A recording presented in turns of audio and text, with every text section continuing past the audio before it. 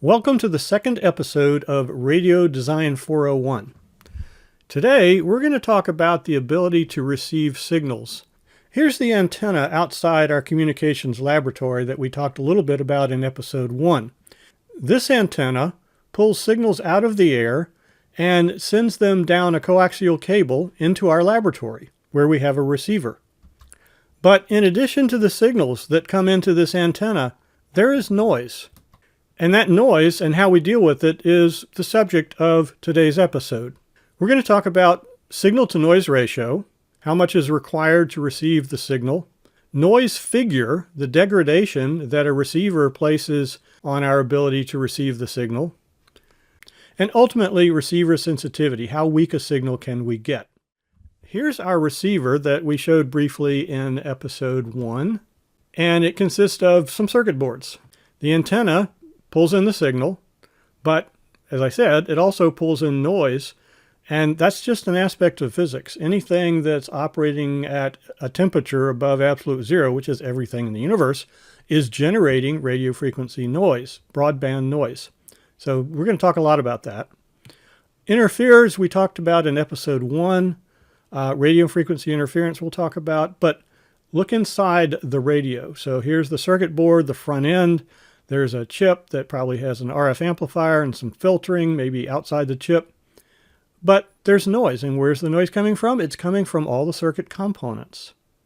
So these are our goals, is to talk about how much is added and whether or not we can get the signal, whether or not it's bigger than the noise. The receivers that we have in our communications lab are primarily spectrum analyzers, which are broadband receivers that are swept over many frequencies and allowing you to look and see all the different signals that are out there. All of these spikes are signals at different frequencies. This goes from 0 to 3 gigahertz, so about 300 megahertz per division horizontally. And the strength of the signal is how far up it is on the vertical axis, of course. And the lowest level signal we can receive, it looks like on this spectrum analyzer, is this bottom line here. This is the noise. In this series and in the previous Radio Design 101 series, we focused on the FM broadcast band, so we'll do a lot of that here too. But all this material is completely general. This applies to everything, including cell phones, public safety, and in fact, listening for signals in the cosmos. And whether or not we can receive the signals depends on how strong they are. Here, the signal is labeled with a P sub S. That means the power level in the signal that gets into the antenna, or more specifically, that makes its way into the receiver. There's also a noise power, and we hope that that noise power is less than the signal power, so that we have a decent SNR, or signal-to-noise ratio. Noise power is equal to K times T times B. What does that mean? Well, we'll look at that in the next slide. There's also the potential for interferers. As I said, we're going to ignore those mostly today, except later toward the end, we'll talk about radio frequency interference.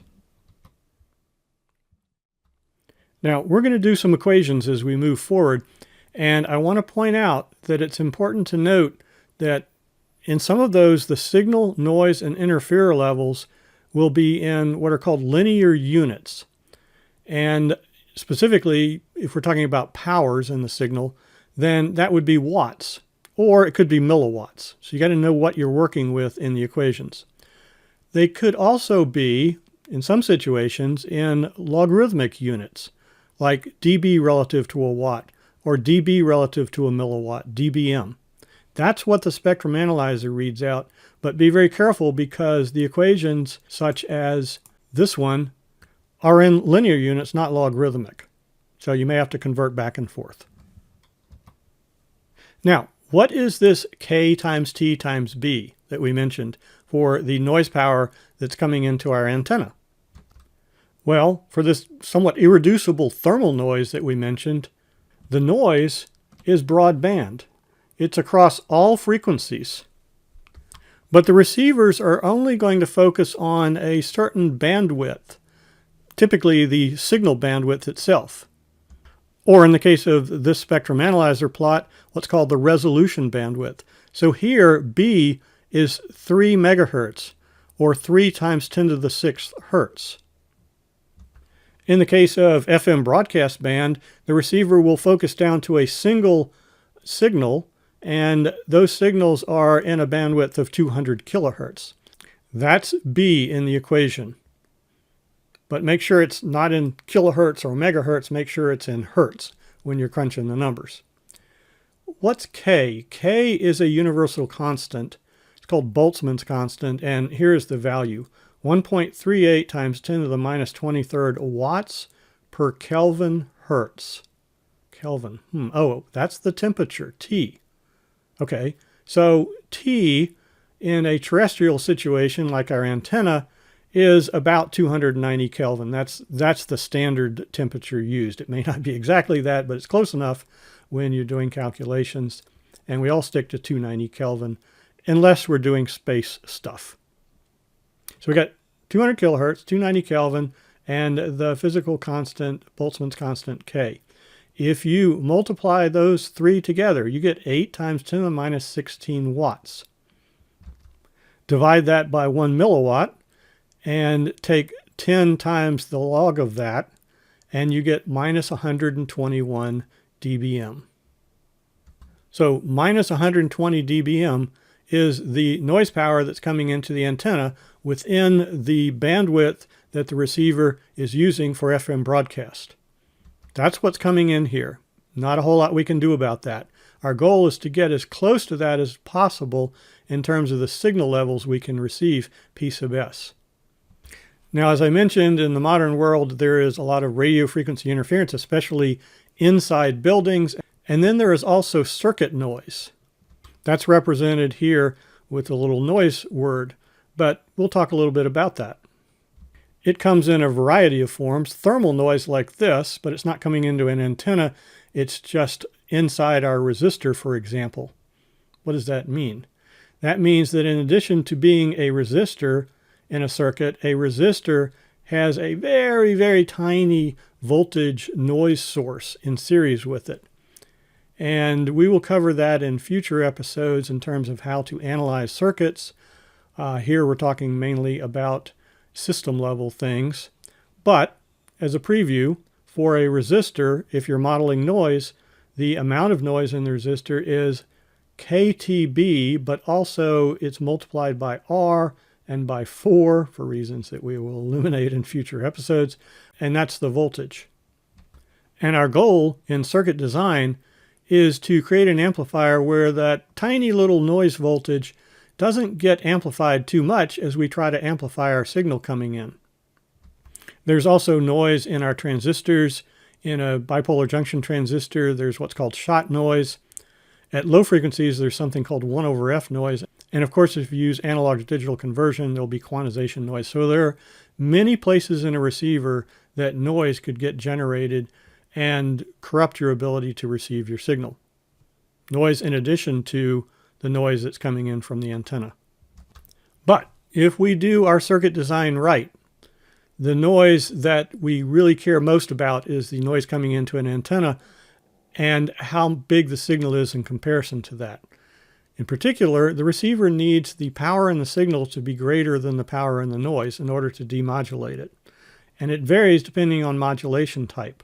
For so-called wideband FM used in broadcast, the signal-to-noise ratio, the minimum that you need, is somewhere between 10 and 20 dB. And how do you know how much more it needs to be? Does it need to be 10 dB or 20 dB or 40, as I've seen in some things online? Well, a couple of ways. One is you could build the receiver and test it and find out. This is a receiver that a student built in our radio design class. And the last project that they work on is the demodulator and the audio.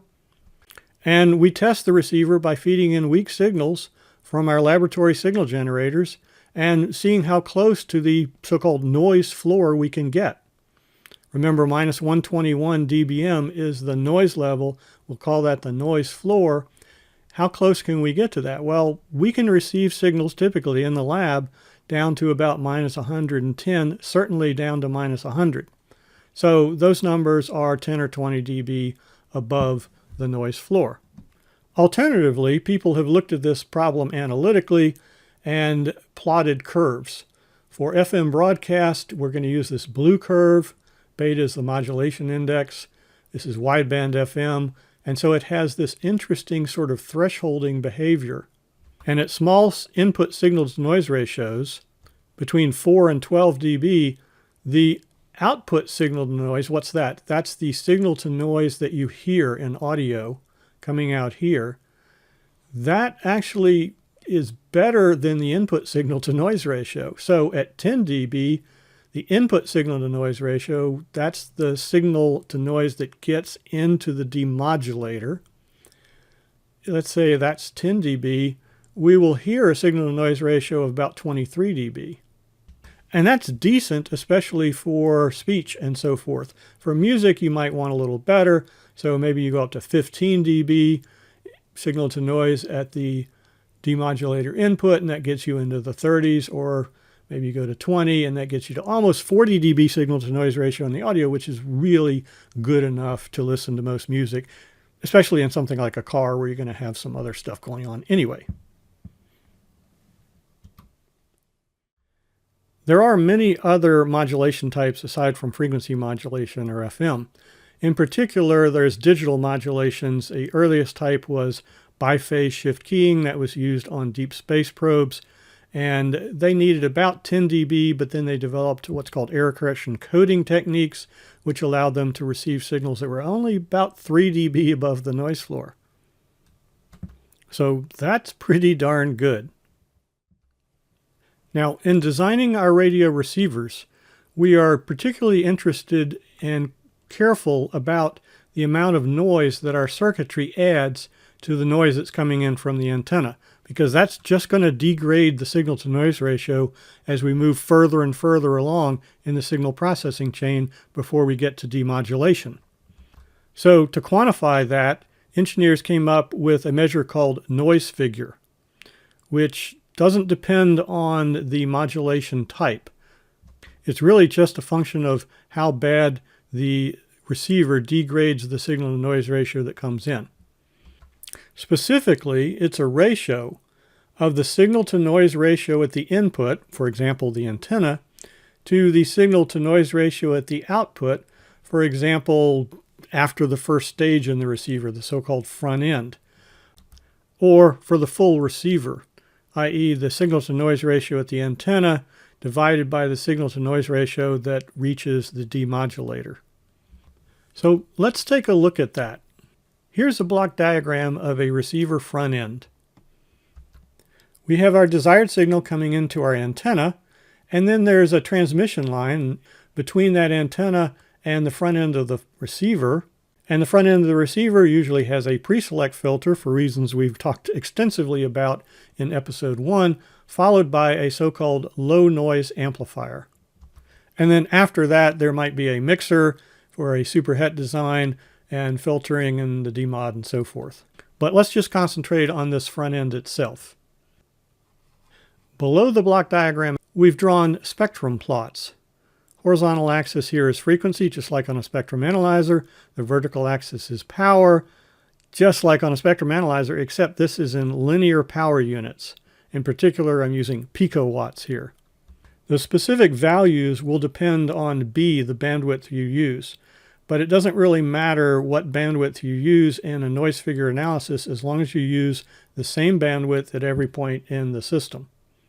Here, I just did everything in picowatts, so I had nice round numbers. So the noise floor, the dotted line here, is 1 picowatt. And the signal is 4 picowatts. So what's the signal-to-noise ratio, the SNR? It's 4.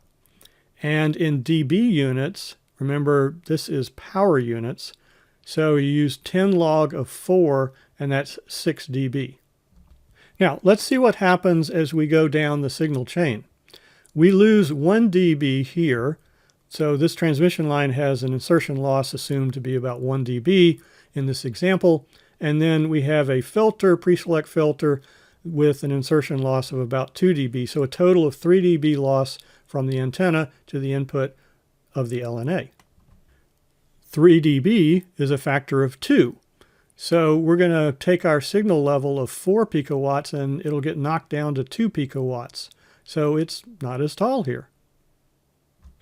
Meanwhile, the noise that came in that was at 1 picowatts is going to get knocked down to half a picowatt. That's the lower dotted line. But because these elements have resistive losses in it, remember resistors add noise back in, if you do a very careful analysis, you find out that you're back to 1 picowatt. And that the signal to noise ratio is now 2 divided by 1, which is 3 dB. So we've lost 3 dB in signal to noise ratio from the antenna to the input to the LNA. Not great. The next thing that happens in our receiver is we amplify what's coming into the LNA by 10 dB. So at the output, we have 20 picowatts because at the input we had 10. The output noise, which was 1 coming into the LNA, gets multiplied by 10 and it's 10, but the LNA itself adds some noise to that because it's got electronic circuit components in it and they're all generating some noise. So for this particular example, I just added 2 picowatts. And the output then is 12 picowatts of noise and 20 picowatts of signal. So the signal to noise ratio, if you divide 20 by 12, you get 1.67. If you take 10 log of that, you get 2.2 dB. So we had a 6 dB signal to noise ratio coming in. We've got a 2.2 dB signal to noise ratio coming out. To be very clear, our low noise amplifier did not improve our signal to noise ratio, but it's low noise in the sense that it really didn't make it that much worse. Remember, coming into it, we had SNR of 2 or 3 dB, and coming out, we had 1.67 or 2.2 dB. So it's low noise in the sense that the added noise was not too much. So what's the noise figure of this front end? Well, we've done the calculation down here at the bottom. Remember, noise figure is signal to noise at the input divided by signal to noise at the output. In this case, it's the input to the front end, which is this overall thing, and the output from the front end, which is taken as the output of the LNA. So that's 4 at the input divided by 1.67 at the output, and that's 2.4. That's for the overall front end. Now, using the properties of logarithms, you can show that if noise figure is SNR in over SNR out, then you can just take the difference in dB of those two. So here that would be 6 dB at the input from the antenna, down to 2.2 dB signal to noise ratio at the output here. And the difference is 3.8 dB. And you might want to check that and make sure that 3.8 dB is what you get if you do 10 log of 2.4.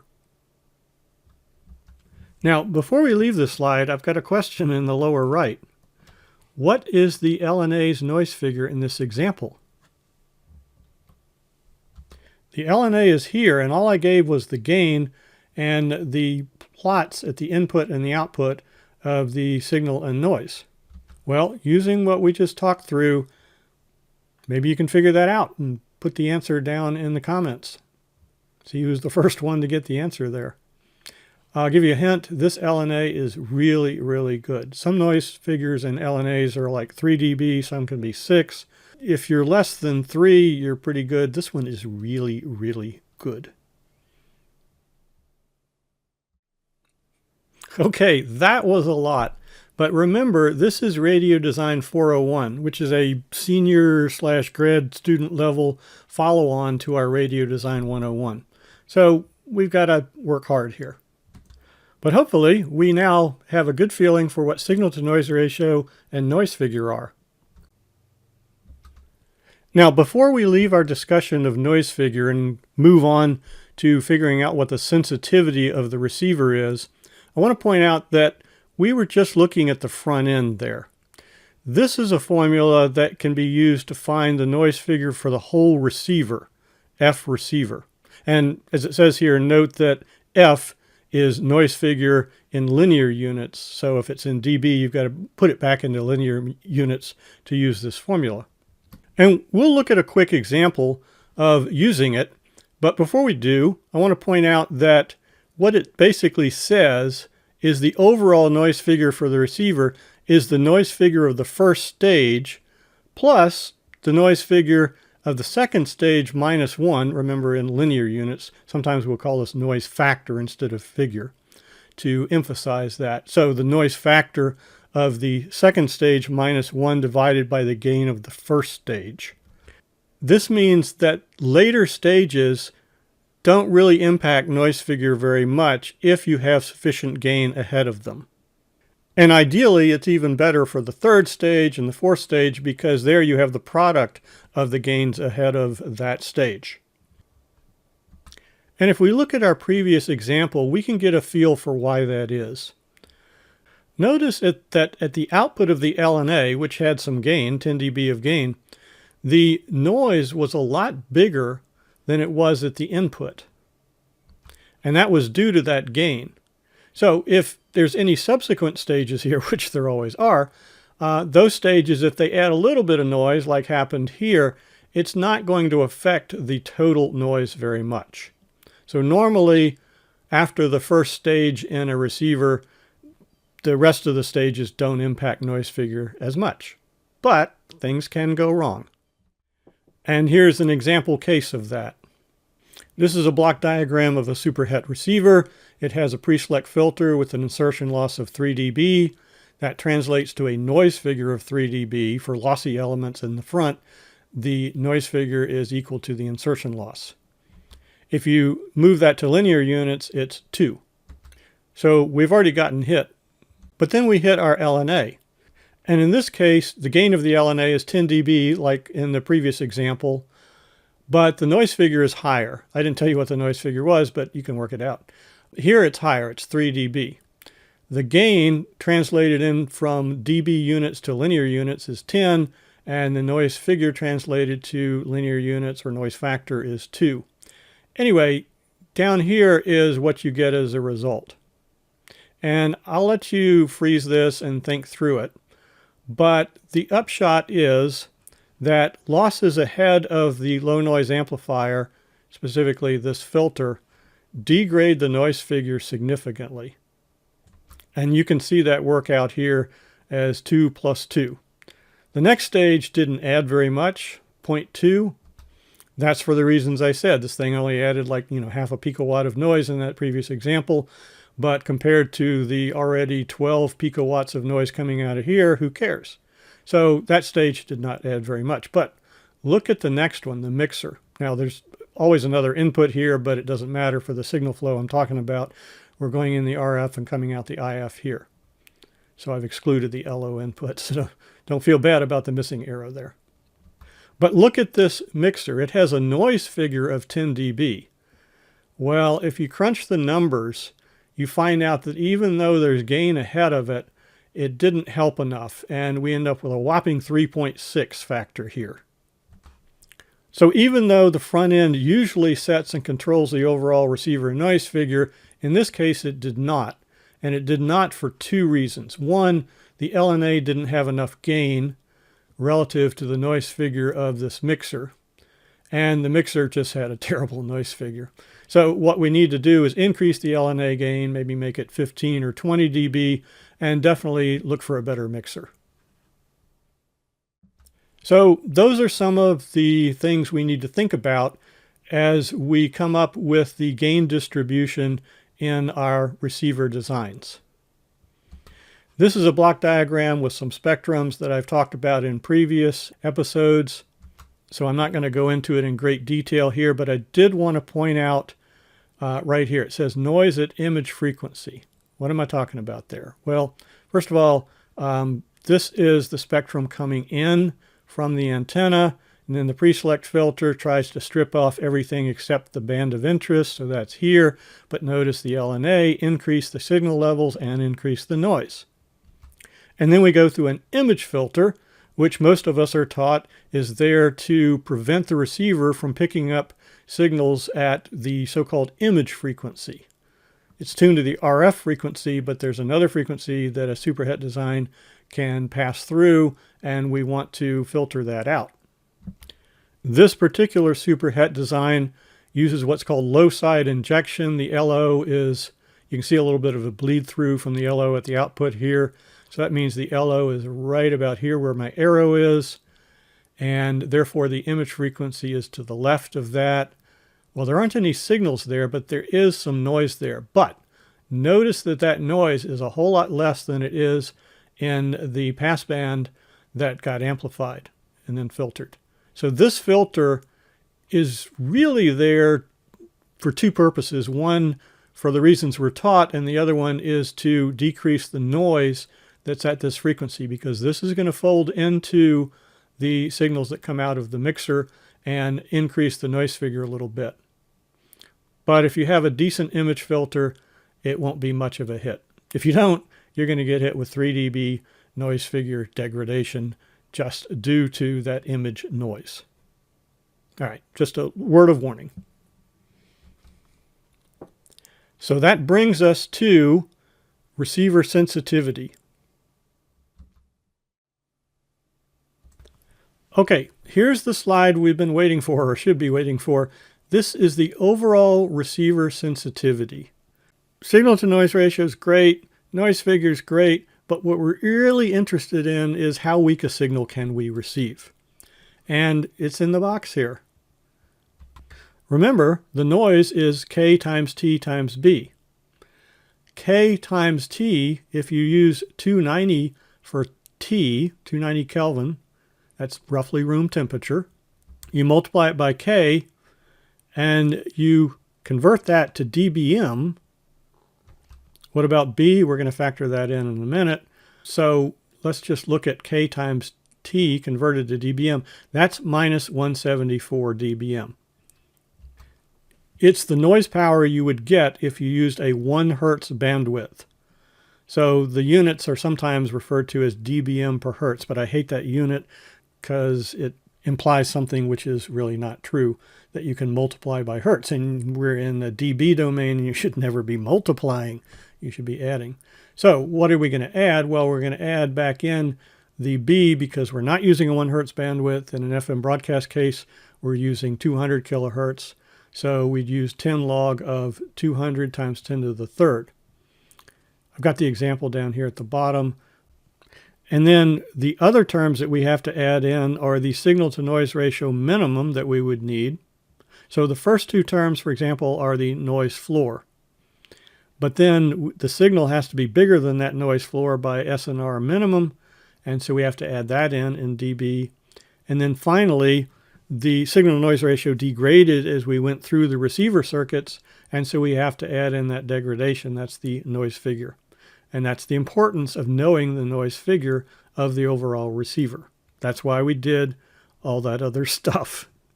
We did it so we can find out what's the weakest signal that we could receive. P signal minimum. And I calculated it for the FM broadcast case with bandwidth of 200 kilohertz, 200 times 10 to the third, signal to noise ratio minimum of 10 dB, a little noisy in the audio, but still plenty fine. And then noise figure of 3 dB, so I'm assuming we built a pretty decent receiver. You crunch the numbers and you get minus 108 dBm. So what does that mean?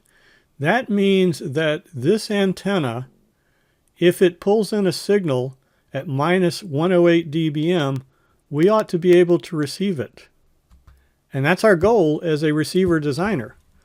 Let's look at our spectrum analyzer plot and see how many signals that might be. Numbers are a little small here, but I'll read them off. The reference level at the top is minus 20 dBm. Each vertical division is 10 dB, so this is minus 30, minus 40. Down here is minus 100. Oh, wait, where's minus 108? Well, it's down here. So we ought to be able to receive a lot more signals than are even shown on this spectrum analyzer plot. That's interesting. So what's going on with our spectrum analyzer? Well, it's got a resolution bandwidth of 30 kilohertz. So in theory, it should be able to receive signals even weaker than the minus 108 because that was based on 200 kilohertz bandwidth. This is 30 kilohertz. So it ought to be able to receive signals down to about here. So how come it can't? Well, it's because spectrum analyzers stink in terms of noise figure. They typically have very bad noise figure for reasons we mentioned in episode 1. Bottom line though, we ought to be able to receive even a lot more signals than we see here. And we can't typically unless you do some of the things we talked about in episode 1. Okay, so we've covered most of this. The video is getting a little long. I realize we haven't talked about radio frequency interference yet, so I think I'm going to put that off to an episode 3. I was also hoping to talk about how this material applies to situations like shown in the lower right of this slide, where we have an antenna pointed into deep space and we're trying to communicate with a civilization on a distant planet, for example. And also how it applies to terrestrial links, like Wi-Fi. But fortunately, there's already a video out there on this channel called Antenna Briefs number 3, Maximizing Range. So if you don't want to wait for episode 3 to cover some of that material, you can always look for this one online. Thanks for watching. I really appreciate you sticking with me to this point. In future videos, we may cover some of these topics. Until next time, have a good day and week. And I don't know, a couple of weeks it'll be probably before I get the next one out. All right. Thanks again. Bye.